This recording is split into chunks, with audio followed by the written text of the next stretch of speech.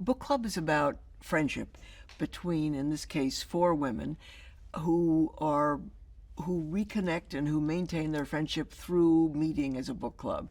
And it's about the latest book that they've decided to read, some of them reluctantly, which is 50 Shades of Grey. And they all go, oh, phew. And of course they all read it, and their lives are transformed and upended, and it sort of brings them back to life.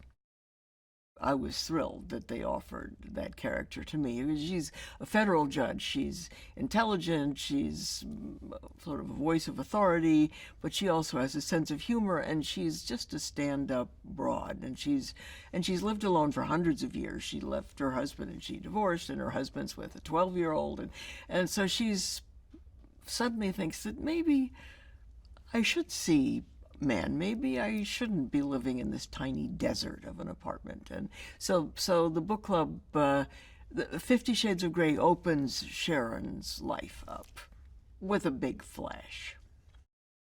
She's a woman whose life is grounded in her work. She was married for a long time to a kind of nebbishy guy, and I think she feels her life is complete. She has a cat, and she's gone to the top of her career, and I don't think she feels that her life is wanting until suddenly she realizes that it is. She ventures into the world of online dating, and gets caught at it because she goes online in her office, in her chambers, and her assistant comes in and sees her screen, and she gets very flustered, but she goes online, and it doesn't go so well at first. I think we all need anchors, and not anchors that weight us down, but anchors that ground us. And I think having that kind of constant support and truth telling is vital for people, especially as they get older, which God knows most of us in this movie are.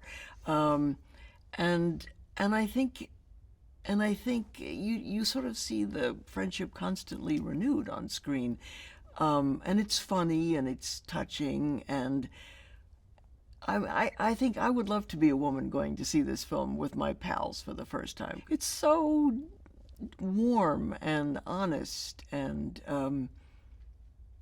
yeah, I'm thrilled that the movie. Bill Holderman, who's our director, was his first movie, and he really pulled it off. I think that the friendship between the four women gives each gives the other the confidence to take a chance with either whether it's sort of revitalizing your marriage or starting a relationship.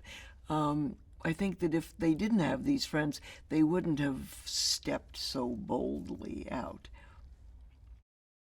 I've known Diane and Jane. I met when I was 17, and Diane I've known forever, but I was never close with either of them.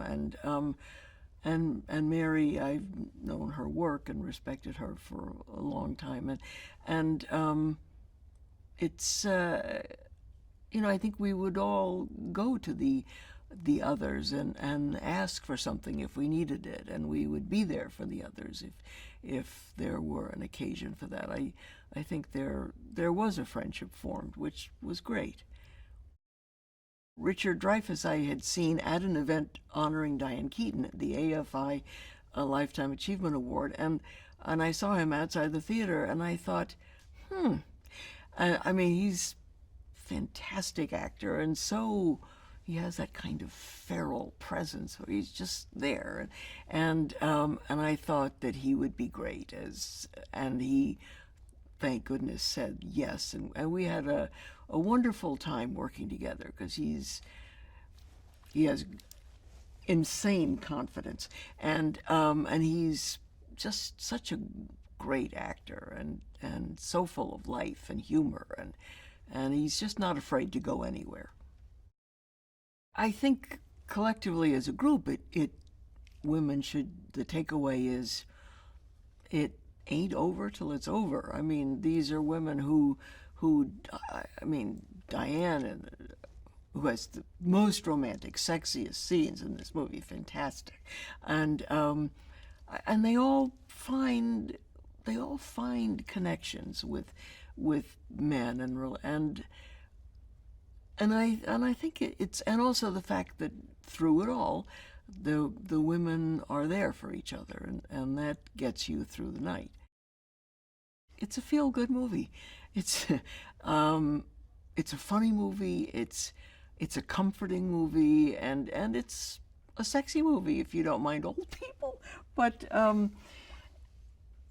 think it's inspiring because these are women who have navigated their way through what most women have had to deal with in their lives, and they've found a way through it, and they've reinvented themselves, and they've reinvented their marriage, and I think it's sort of hopeful to know that